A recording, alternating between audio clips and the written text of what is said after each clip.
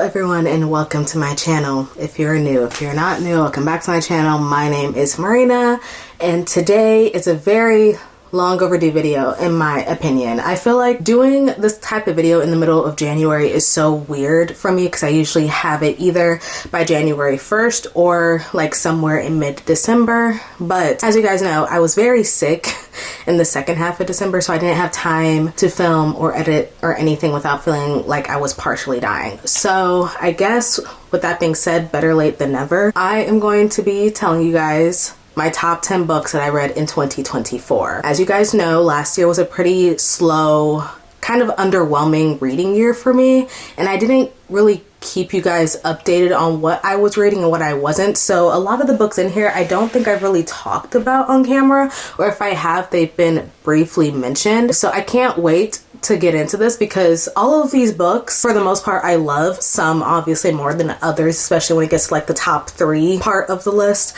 But these books are ones that I really enjoyed this year, that really stuck out to me last year as someone who was reading like a lot of somewhat boring, kind of like disappointing books last year. These are ones that helped me get through like my reading. I was low-key debating on whether I wanted to do like a tier list like I usually do. I usually do like tier rankings, debating on whether I should do that or a top 10 list, but I'm trying to like not put as much negativity on the books that I read last year, because again, I read a lot of bad stuff. So I feel like doing a tier ranking will honestly be a little bit sad, because a lot of the books that I read were not that great in my opinion last year. So I kind of just wanted to make this video to focus on the positives. So with that being said, let's just get started. Starting from bottom to top, at the 10th place slot for one of my favorite books of the year, we have Immortal Dark by Tyga Skirma. If you guys watched my vampire reading vlog, you already know this book was a pleasant surprise in all of the right ways. I found this book through social media, and during the time it was popping off everywhere. It was around the time it came out. I think it came out in August, but for some reason a lot of my feed for the book came up in October. So I decided to just read it during then, because I was already reading a bunch of vampire books during that month. And let me just tell you, for a debut novel, Tyga Skirma kind of knocked it out the park with this. I had such a fun time reading this. I have a few like issues with the book, like the way that it was structured, I mean, but in terms of like the story, the characters, it was so satisfying and also stressful, but just overall really fun. If you guys don't know what Immortal Dark is about, we are following Kitten as she is trying to figure out the mystery of where her sister has gone. At the start of the book, you find out that her sister has been missing for about a year, and she has no idea where she's at. She has a few theories as to what happened to her or who took her, but she has been trying to find her for a while now, while also staying under the radar, because in order to find her sister, she has done things that are against the law that could easily have her sent to jail. So at the start of the book, we already know that Kitten is really going through it. She's kind of lost her mind, kind of a hermit, just trying to figure out where her sister is at, until one day she gets kind of bombarded by a woman who says that her last living relative that she knows of, her aunt, who basically kind of helped raise her and her twin sister, is now dead, and that she is the last descendant of her house on this one school's campus that her parents and her aunt invested in, and that in order for that house to stay intact on campus, Kitten is going to have to claim it, meaning that she is going to have to go on that school's campus and become a student and try to kind of push herself as the head of the house before someone takes it from her. Now, Kitten already knows a little bit about this school. She's a little bit confused as to where this is coming from, because what she does know about the school, she's not really meant to be involved in it. Uxla University. This university houses both vampires and humans, and she knows that her parents helped run the school in a way. Her predecessors, her ancestors kind of helped found the school, so like her family name is a pretty big deal. So if her aunt is dead, then that means that she really does have to be the one to step up, even though she has no real idea as to what this school is. She just knows of it because of like family stories. but she's really intrigued at the thought of going to this school because of the fact she thinks that it can help her find her sister, because she feels like her sister was kidnapped by vampires. So she willingly goes into this school with the sole mission to find her sister, but she ends up getting swept into like a murder mystery, into what happened not just with her sister but with people on campus slowly dying as soon as she pops up. She has to deal with this one guy, her love interest, who is also a vampire, competing with her to be the sole heir of the house, because for some reason her parents wrote his name into their will to be the founder of the house. She starts uncovering different secrets about the school, different secrets about her rival slash housemate, because they are living in the same house together. She finds out that this house that she has to claim is also haunted. Just a whole lot of factors into this story. It's honestly a lot. I know the way I'm explaining it, it sounds like a lot. It's because it is. And the book isn't even that thick. So you can imagine, like, the way that this book is structured, it was kind of a little wonky at times, but I overall really did enjoy this story. I liked being able to see Kitten evolve as a character. She is someone who faces a lot of guilt over what happened to her sister, and feeling like more time that passed, the more time she's disappointing her sister because she just can't get to her. And while she's on this campus surrounded by people her age, for the most part, the humans that are around her age, it's the first time that she's actually like talked to someone since she lost her sister, and she starts developing like real friendships with people that she cares about. She starts realizing that like she can't put all of her self-worth into how she is able to find her sister. She has to be able to like look out for herself as well. And it's just like a really good story. I liked the, I guess, tension between her and her love interest. What is his name? Cecenios, I think that's his name.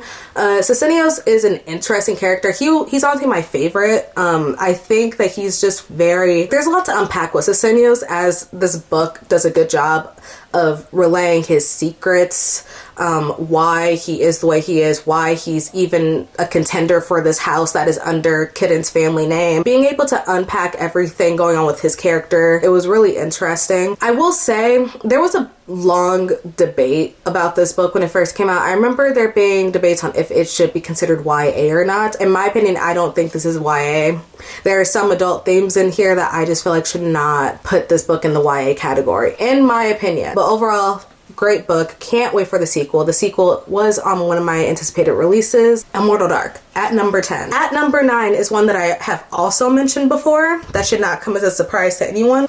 That Time I Got Drunk and Saved a Demon by Kimberly Lemming. Oh, what a fun time. Oh, what a great fun time this book was. The laughs I shared, the kind of tears that I cried, the way that I was fully immersed into the world that Kimberly Lemming has laid out in this book. It's just like something about this is very different. It might just be because of how funny it is, because again, based off of the titles of these books, you can tell that these books are not supposed to be taken too seriously. They're just supposed to be like kind of a break from like the serious fantasy paranormal romance books that you usually read. But I don't know, there's something else attached to it that I just can't put my finger on as to why this tickled my brain so much. I don't know. But if you guys don't know what this book is about, we follow the main character, Cinnamon, who is very devoted to running the cinnamon farm that her and her family own, until one day she just happens to walk out of a tavern after a good night, drunk as a skunk, and she accidentally ends up saving a demon. She did not mean to. Complete accident. And this demon ends up tailing her, basically being like, hey, you seem strong enough to help me conquer something that I need help conquering. Do you mind helping me? And she's like, no, I'd rather not. I don't even know really what's going on. I don't know what you are. I'm tired. I'm drunk. I want to go home. The demon is not taking no for an answer. He's like, hey, if you don't help me, the world is gonna end. Basically, it's like, what's his name? I don't even remember his name. Fallon. The demon, his name is Fallon. He tells her that this being that he needs help defeating is making his people act as slaves. And he needs help taking this being down, or else they're just going to be stuck like this forever.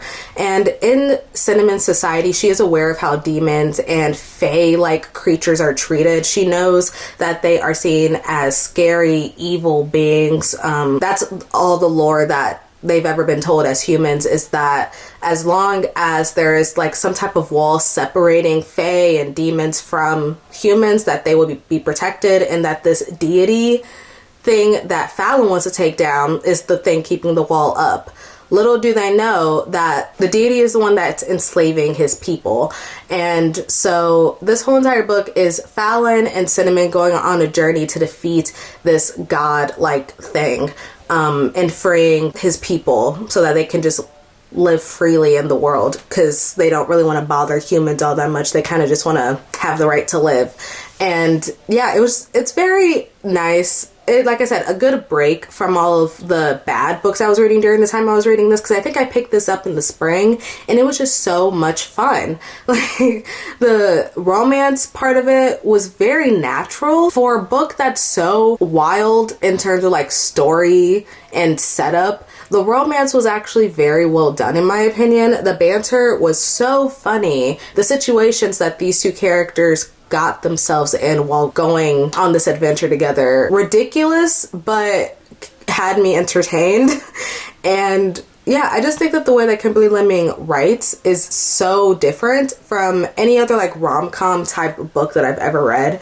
Because I do consider this a rom-com book. I know that it's like paranormal romance first and foremost, but this book has comedy first, romance second, which I really, really appreciated. Because a lot of rom-com books, sometimes the jokes don't really land, or like they're placed in ways that feel not as natural. With this, I feel like everything balanced itself out so well that it is my favorite book of the year. One of my favorites, at least. That Time I Got Drunk and Saved a Demon by Kimberly Lemming. Highly, highly recommend. All right, on to number 8. My 8th book that is my favorite of 2028 is one that I read during my 24-hour reading vlog. If you guys remember that from like, I don't know, 9 months ago. It's been so long. Time is not real. Anyway, Sunny Disposition by Deanna Gray. Ooh, where do I start with this? I'm like already starting to giggle and kick my feet at the thought of this book. This book is so good, guys. I have been wanting to read it forever. I've owned both of them forever. The sequel is actually like right behind me, if you guys can see like that blue book right there.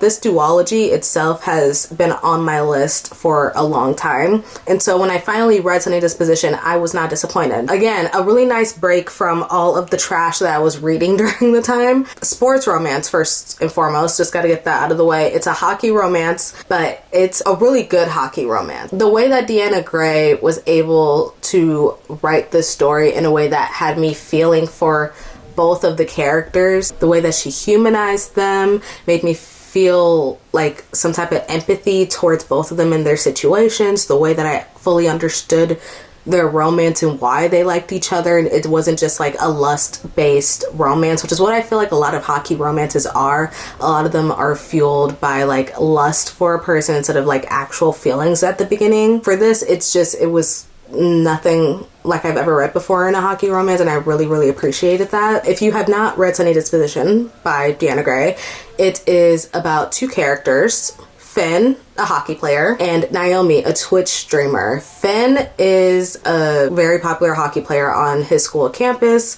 very well known, but he has really bad anger issues, and he finally pays the consequences for those anger issues when he gets into a fight with a rival team, and it ends up with him getting amnesia. He does not remember who he is. For a majority of the book, it's just him trying to remember certain things about himself and him feeling kind of like a fish out of water in this environment that he has had all his life. Like, he is surrounded by his best friends all the time, surrounded by his family, but he doesn't really remember anyone or anything. The only thing that makes him feel better is getting on Twitch and watching a certain streamer. On to Naomi. Naomi is a Twitch streamer that has been talking to Finn for a long time, since before he got his amnesia, but they've never met in person. They've always said that they wanted to, they never did, and coincidentally, the night that they were supposed to meet for the first time was the night that Finn ended up hitting his head and not remembering anything about himself, which is very tragic. So because she never heard anything back from him after that, she just assumed that he didn't want anything to do with her.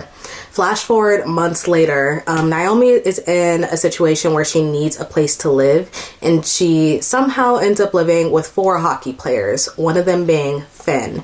And again, they've never met before, but Finn knows what she looks like because he has seen her Twitch streams.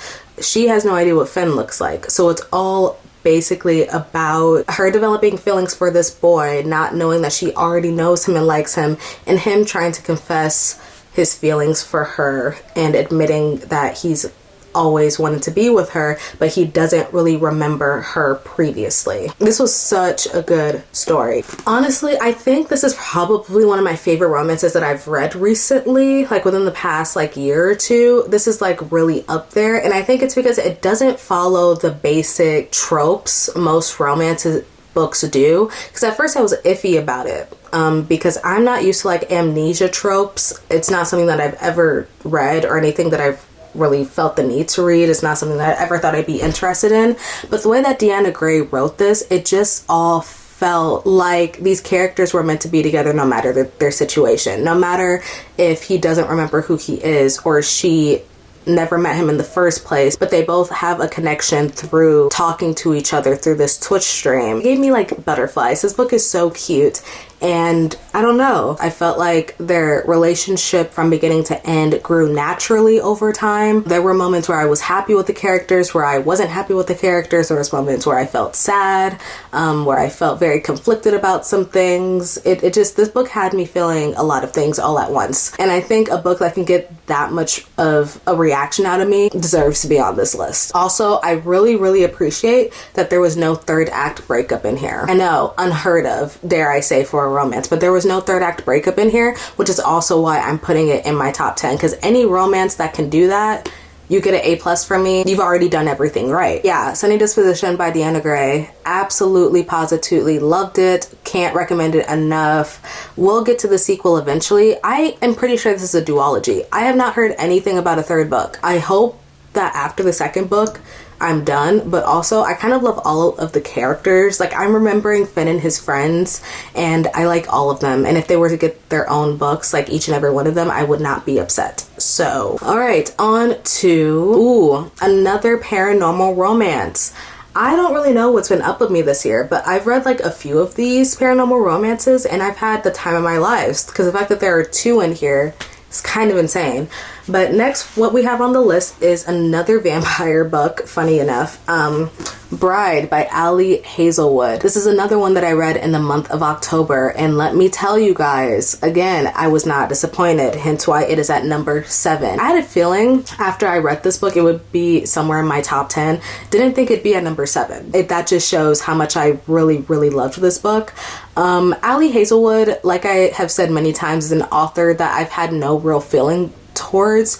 I read The Love Hypothesis once, and that was it, and I haven't read anything since then up until Bride. And let me tell you, if Ali Hazelwood is going to continue making paranormal romances, I will stay tuned in. I think this is where she really thrives, because everything about this story was just amazing, like perfection, to the point where I have like, I don't think any real critiques. And I think a lot of people have been saying that this year, like this is like a lot of people's favorites from Ali Hazelwood, because she's been releasing books like back to back for the past 3 years.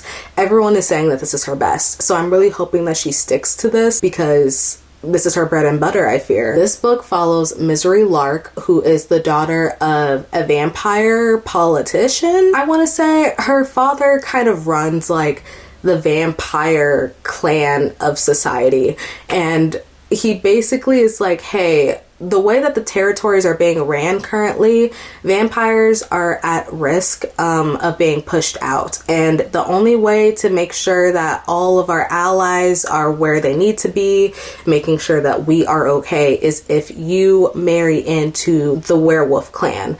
And Misery is like, what? Because let's just be clear, her father has not really spoken to her in years.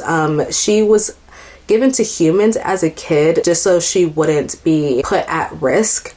So she hasn't really been involved in like the family business or sides of things. She's just been living her life peacefully in the human lands for like 10 years with her best friend, who also ends up going missing. Yeah, she's like, what are you talking about? I don't want to do that. I'm so good that I'm great. I'd rather just stay working my 9-to-5 job in the human world under disguise. I don't really need to do anything.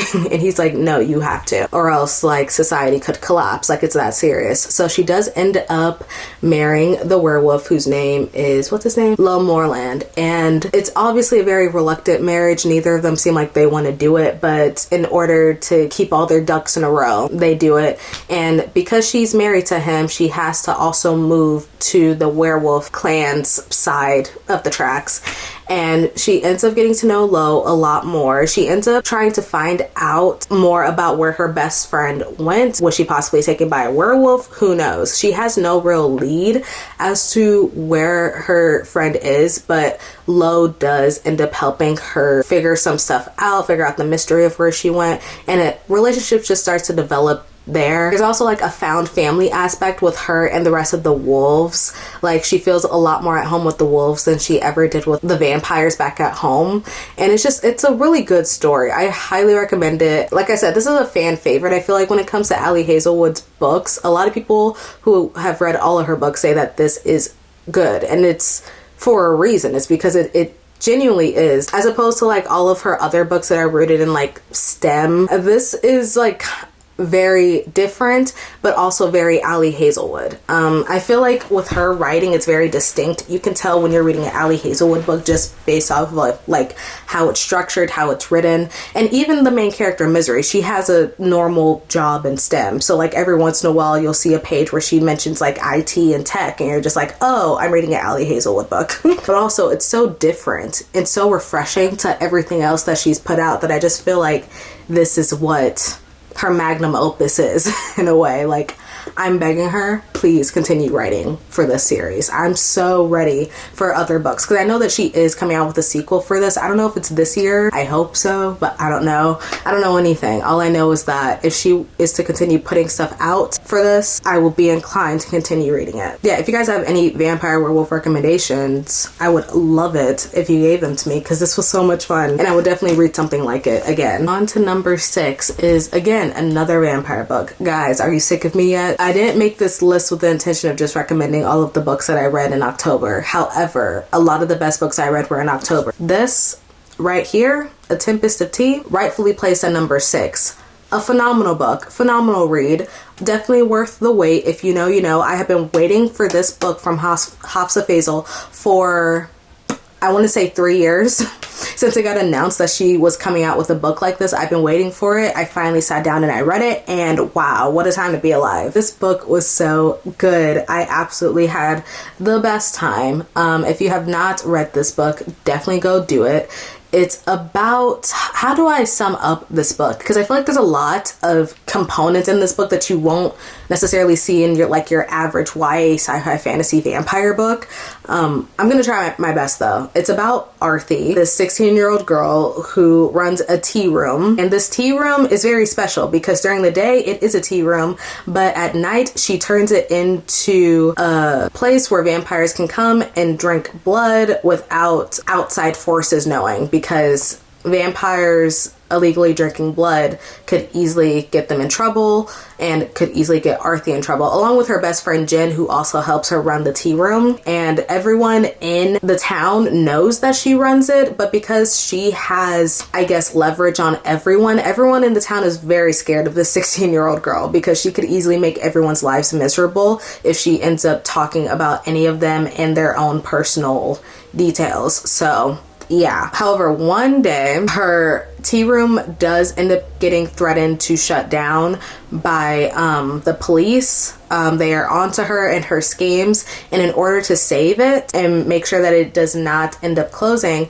she has to go on a heist to get something very valuable. This thing that's valuable is on the side of the land where vampires live. This vampire side of town is called the Authorium. I'm pretty sure that's how you pronounce it. She knows in order to infiltrate this place, she can't do it alone. She is going to have to come up with a group of ragtag outcasts to help her do this. And just to be clear, this team that she has made consists of people that don't really like each other.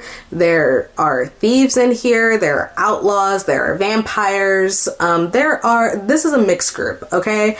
And they are willing to help Arthi, knowing that there is something for them at the end of this deal. However, while trying to make out this plan of breaking into the Arthurium, she does find out something about the society that she lives in that could put everyone, her her group, the world at risk. The stakes are very high. I will say this whole entire book, I felt like I was on the edge of my seat. This was a really fun read. Like I said, it's very different from any other vampire book that I've read, specifically the heist aspect of it. Never seen that in any vampire book. I thought that the way that Hafsa was able to put all of these different like tropes that you see in YA sci-fi fantasy books together was very well done. Like, again, nothing I've ever read before. I liked the little romance aspect of it. Arthi has her own little romance triangle going on, and then her friend, I would honestly consider her brother Jin, that runs the tea room with her, also has his own little romance going on with one of the other girls in their group, and it was just so good. It was so good. I can't wait for the sequel to this year. This, I know for a fact, is a duology. I'm pretty sure it comes out in the second half of 2024 though, so it's gonna be a wait, but it's okay. I can wait it out. I can hopefully wait it out. Like, everything that happened in like the last 50 pages, you can't replicate that genuine shock and gaggery that was bestowed upon me when I first read this. It was crazy, I'm not gonna lie. So yeah, A Tempest of Tea, fun read, definitely worth the wait. Highly recommend this. Go read it. All right, and now on to the top 5. The 5th place spot is held by For She Is Wrath by Emily Varga. This is a Count of Monte Cristo retelling. I've never read The Count of Monte Cristo. I never read any retellings of The Count of Monte Cristo, but I will say that reading this book makes me want to read a retelling of The Count of Monte Cristo, or just Monte Cristo in general. Like, I've never read that book, but this book has made me officially want to pick up that giant, I don't know if you guys have seen The Count of Monte Cristo. It's like huge. It's like this big. I would read it because the story that helped make this, I have no choice. This is definitely one of my favorite reads of the year, hence why it's in the top 5 spot. It's so good. I only read this because my friend recommended it to me, and she was like, you have to read this. This is my current obsession. This is one of my favorite reads of the year, and I'm gonna be really sad if I have to go through this year knowing that I'm the only person who read this, because I think it came out in October, so it was a very kind of late release, and I didn't see anyone talk about it. She was the only person I knew talking about it, so I was like, okay, I'll give it a read, not thinking much of it. Guys, wow, I can't stress enough how much I need everyone to stop what they're doing and read this. I know I've said that about the last 5 books. Stop what you're doing, read this book immediately. For a YA book, I have to say this is up there. This book is about our main character, Dania, who starts out the book in prison for a crime that she did not commit. She is plotting to get her way out of jail so she can get revenge on the person who did put her in here. The person who put her in jail is actually her true love, her ex-boyfriend, and she hatches a plan with one of the other inmates to help get revenge on the people who wrongfully put them in jail.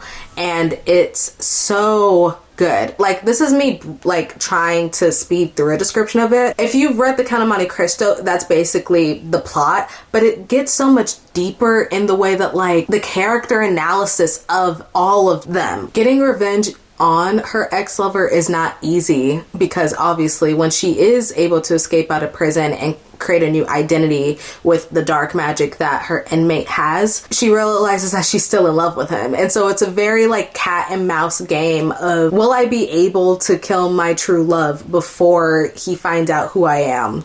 And the suspense of it all, again, on the edge of my seat reading this book. It was a phenomenal debut, first of all, because I think this is Emily Varga's first book, and 10s across the board. Again, I feel like I need to read The Count of Monte Cristo to fully appreciate what this retelling of it is, because I've never read anything like this before, and I like how she wasn't afraid to put a little spin on the story, but also not withhold the serious part of The Count of Monte Cristo, because it is a revenge tale, and you see like the main character succumbing to the darkness and evil part of who they are in order to enact revenge, and they start losing themselves in wanting to get back at this person, rightfully so. Like, obviously, if my ex-lover put me in jail, I would also react the same way. But it's a story about like finding yourself while also trying not to lose yourself. I think that's like the key component, the key message of this story that really stuck with me. And it was just so good. It was like 400 pages, so it wasn't long, but it felt like I was on a roller coaster of 1,000 pages.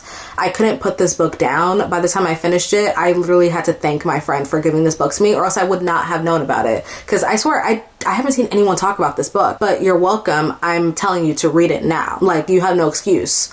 Go read it. Emily Varga, you are now on my radar. You might be an instant buy author if you're gonna put out books like that. On to number 4. We have a book that I have talked about a few times. A Love Song for Ricky Wilde by Tia Williams. This was Tia Williams' release for last year. This is the first book I've read of Tia Williams since 7 Days in June, which is what I read in 2023 by Tia Williams, which made her an instant buy author anyway. So I picked up this book with very high expectations because of how much I loved 7 Days in June.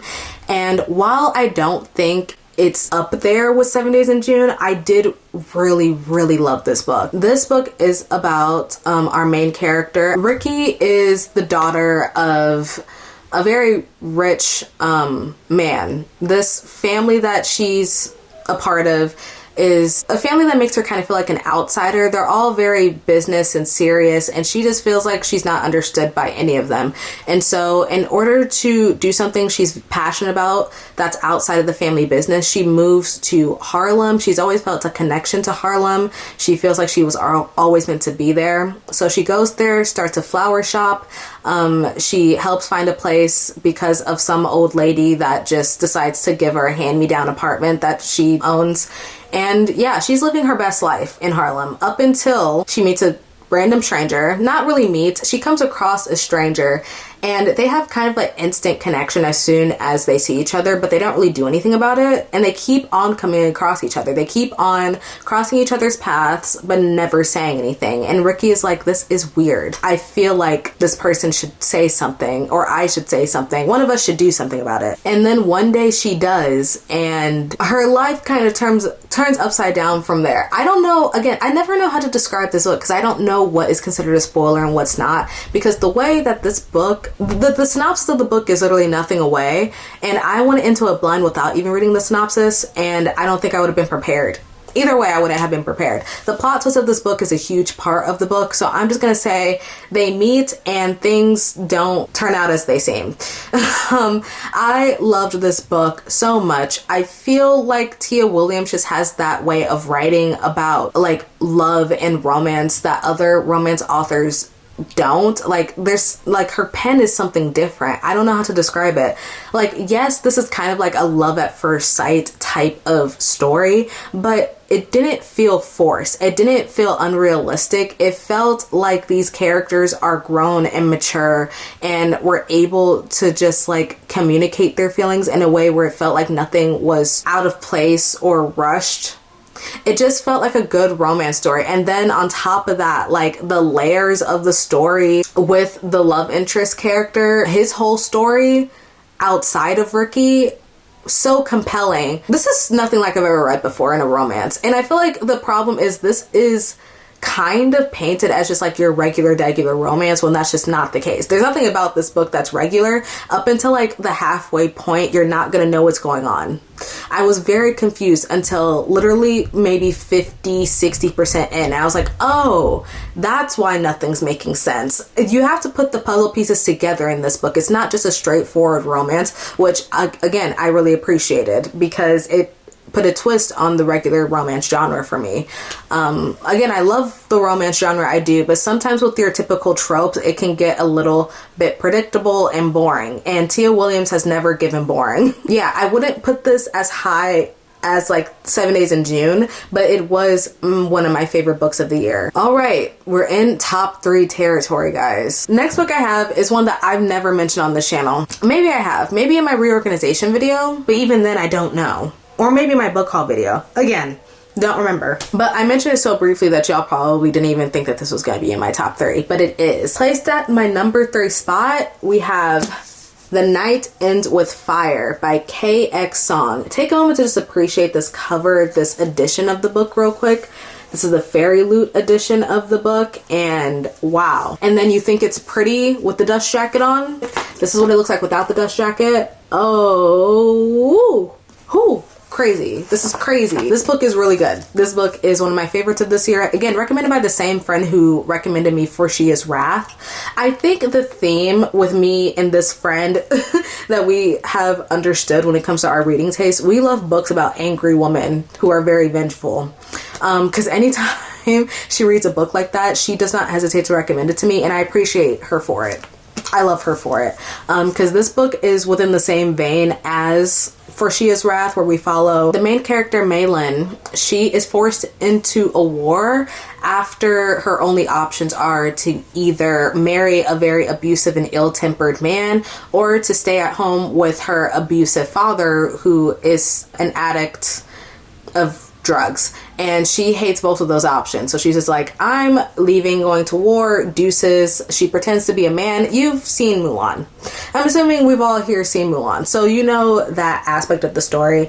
But while she is training to be a warrior, her whole entire goal is just to make sure that throughout this war she survives, so that she can come back home and not be bothered by a man ever again. She's like, I just want to be seen as a woman who can do whatever I want. I want to be seen as the best first and foremost. It's kind of her greed that is at the forefront of her whole entire arc of this book. She just wants to feel like she can do what she wants without a man, because ever since she was little, she's just been taught that a man is the person who provides, a man is the person who is supposed to be the face of the household, a man, blah blah blah blah blah blah blah. And she's like, I'm gonna show all of these people that not only can I go to war, I can win in this war, I can be the best soldier in this war, and I don't need the help of a man. However, I will need the help of a dragon. She is met by a sea dragon who promises her eternal power and magic as long as they are bonded together. And because she is so desperate for people to see her as a whole human being, as a person without a man attached to her side, she is willing to give up herself in order to get this power that the dragon promises. You know, she ends up being a little power hungry, and that's like her battle with herself throughout the book, is figuring out who can she trust. Can she trust this dragon spirit that's offering her power? Can she trust her friendship that she's making with her trainer Sky? Can she trust this enemy that she has found, an enemy of the nation that she has come across that she doesn't really know how to feel about? I don't know if I'm explaining this in a way that makes sense, but it's basically Mulan, but make it angry, violent, cooler in terms of the magic system. One thing I really did appreciate about this book was the way that the magic was portrayed. The spirits, the phoenixes, they're so interesting. Like the lore, the cultural aspect of this book is the highlight of the book for me. That, and again, Mei Lin and her as a character, I just love women, and I love angry women, and I feel like women deserve to be angry. So reading a book like this where all Mei Lin wants to do is to unleash her anger onto men in more ways than one, in any way that can make her feel like she is heard. You've sold me. I'm sold. I'm here. And I genuinely love this book. I know that the sequel is coming out this year, and again, this is also a duology. The author confirmed that there's only going to be 2 books in this, so can't wait to see how this story wraps up, especially with how this book ended, because yeah, but everything about this was great. From the action, to the romance, to the story building, to the world itself. The world, again, hit very different. It might just be because, like, it's set in China, specifically during the opioid wars, I'm pretty sure. It gave me reminiscence of, like, the Poppy War, and you guys know how much I really like the Poppy War. Again, 1 second more to appreciate how pretty this book is. I'm really happy. I'm really happy with this book. Oh my god. Attention to detail. Oh my god. Oh my god. And the dust jacket has stuff in the inside too. Oh my god. I need to stop. Every time I take this book off my shelf, I just have to admire it. It's so gorgeous. On to top 2. We have This Could Be Us by Kennedy Ryan. As you guys know, this is one of the books that I wanted to read at the end of the year that I did end up reading. A lot of that list that I compiled, I was not able to read because, again, of how sick I was. You would think because I was in bed all day coughing and stuff that I would just be reading. No, I was drugged up on medicine and knocked out. So I didn't get to read most of that list that I compiled for books that I wanted to read before the end of the year. But I did read this one right before I got sick. And let me tell you guys, she has done it again. I didn't think she wasn't going to be able to, but Kennedy Ryan, you have done it again. Okay, we are so back. It's like an hour later. I had to charge my battery. And if you notice a difference in lighting, it's because I had to pull out my ring light because the sun is going down. My biggest op of all time is the sun. Anyway, we were talking about one of my favorite reads of the year. This Could Be Us by Kennedy Ryan. What is there really to say? I feel like I'm very predictable in the way that I love to kiss Kennedy Ryan's butt when it comes to her writing. Rightfully so, it's deserved, okay? She knows how to write romance. I don't know what her pen is made of, but it makes her an insta buy author for me. I will read anything this woman writes, obviously. As you guys know, I'm trying to read all of her books, but she has like a lot of books under her belt, so it's gonna take me some time. It's a hill that I'm willing to climb though if I get books like this. Ooh, let's talk about This Could Be Us, okay?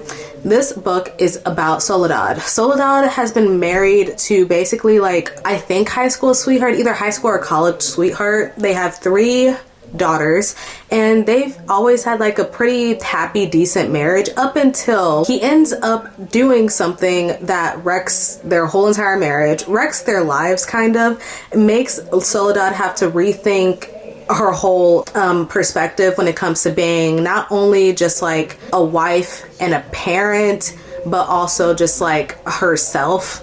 Because of the way her relationship ends up going, she has to learn how to be a single parent to her daughters very abruptly, by the way. Like everything happens kind of in a rush. She needs to learn how to like basically get an income, because she at this point was like just a housewife. She didn't really have a job for years. Her husband was the breadwinner, and through this book she's also learning how to focus on herself and her own needs and wants. But obviously that kind of is put on hold when she meets this man who is kind of the cause of the reasoning behind her husband.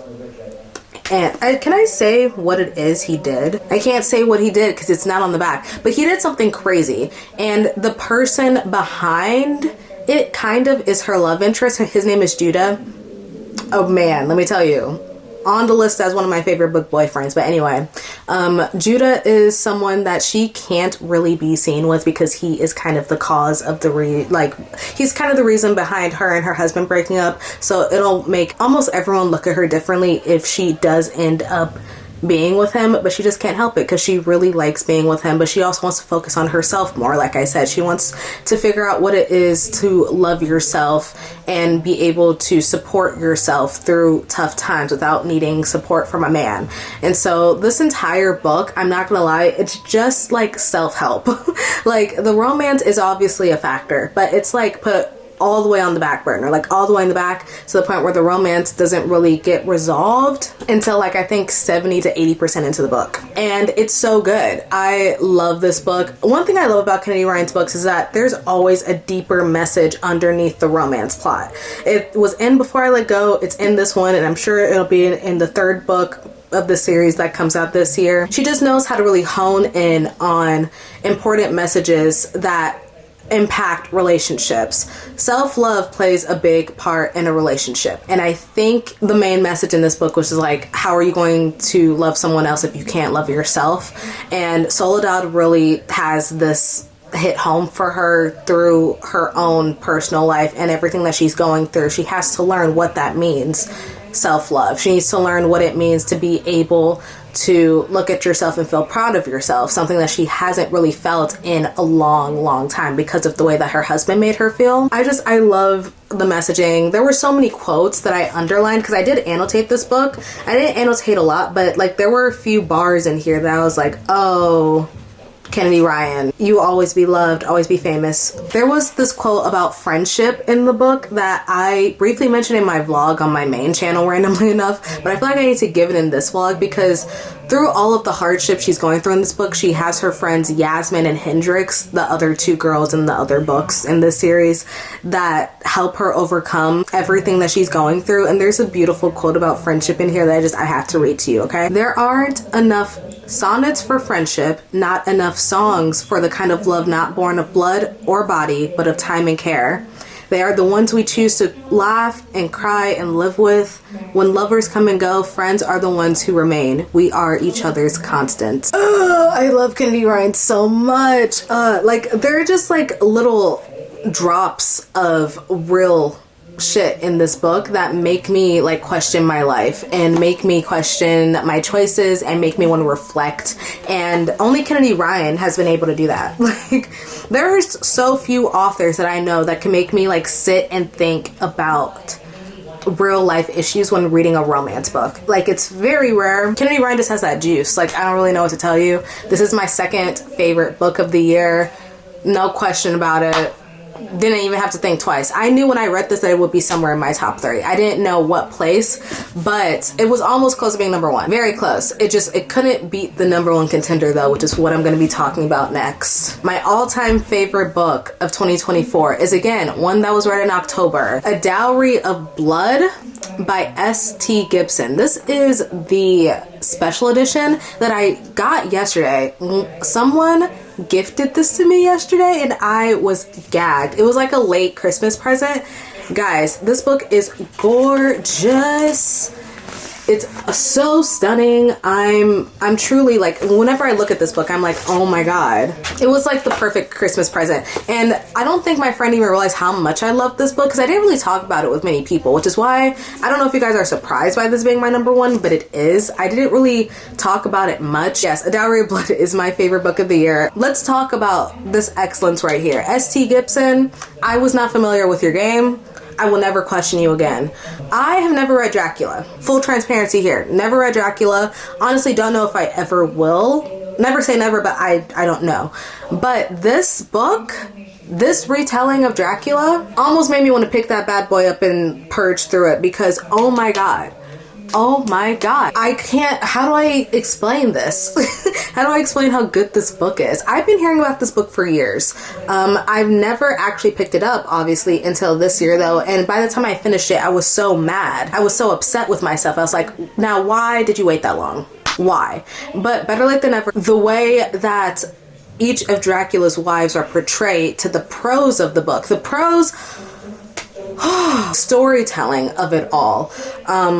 Being able to unpack the abusive nature of these relationships. I should explain what the book is about, actually. Let me actually not get too ahead of myself. In this book, we are following Constanta, the first of Dracula's wives, and her relationship with not just Dracula, but the rest of Dracula's wives as they end up forming a polyamorous relationship over time together. And it's just the ins and outs of how abusive that relationship is between all 4 of them. There's Constanta, there is Alexei, who is my baby boy, love him so much. And then there is, who's the other one? I think her name is Magdala or something like that. It starts with an M and I can never remember. Oh my god, this book is stunning. Look at the art. Oh my god, sorry. I didn't even open up this book yet. Yeah, Magdalena. I was right.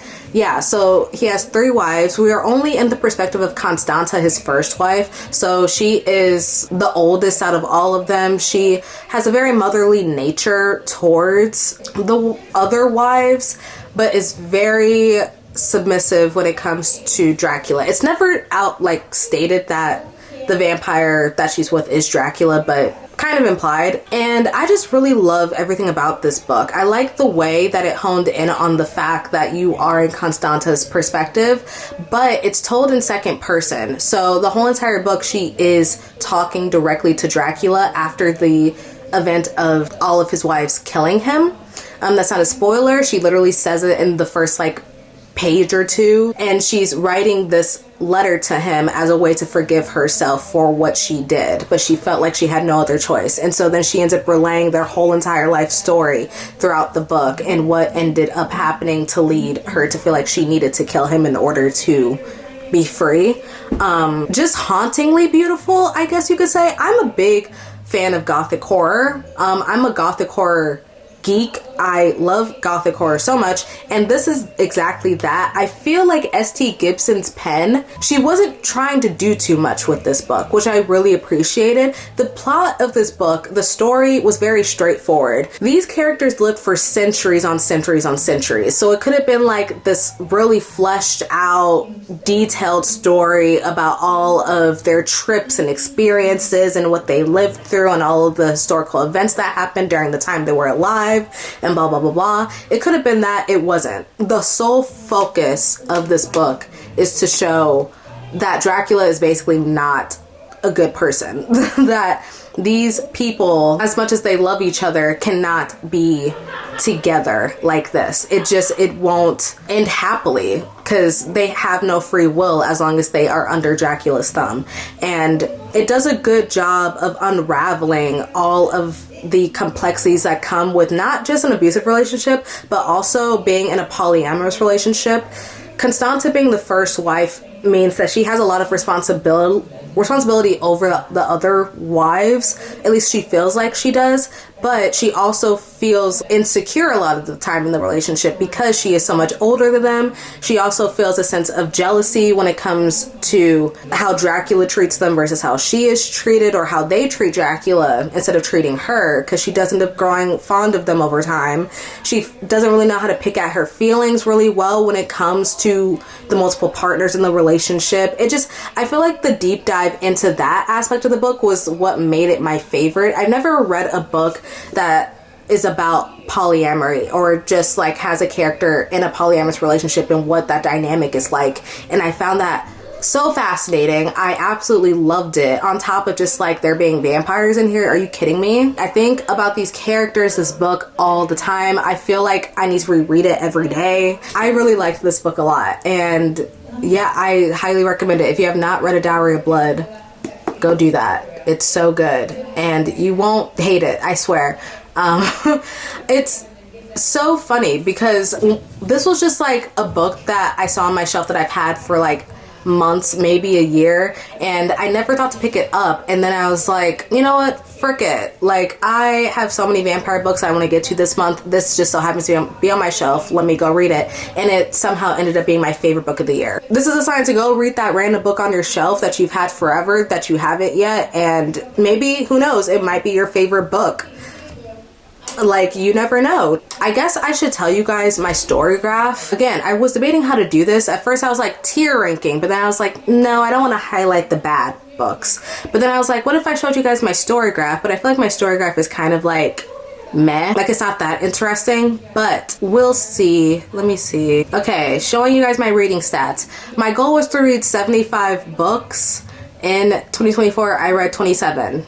I read 27 books, 9,237 pages. My average reading time is 12 days. I mostly read emotional and adventurous books. This is true. This is very, very true. I like medium-paced books, which is true. I mostly read books in the 300 to 499 page range. I have not read one nonfiction book this year. Or last year. Gonna try to fix that this year. We'll see though. Genres I read from mostly being romance and fantasy, who surprised not me. I mostly read in print this past year, which was the goal. Again, my goal was to read a lot for my TBR.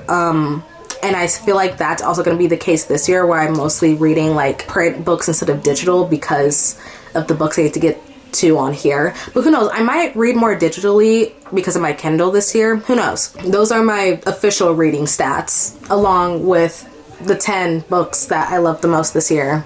That was a lot. Okay, if you enjoyed this video, thank you so much. Tell me what your favorite books of the year are. I'm so curious. I feel like, again, last year wasn't my best reading year, but out of all of the mess that I did read, I did come out with a few gems that I'm really happy about. So if you guys had a similar reading year, let me know. If you have books that you would love to talk to me about, books that you would love for me to read that were your favorites, let me know in the comments. If you like to follow me on social media, it's all linked down in the description below. And yeah, I think that's it. I will see you guys in my next video. Bye everyone.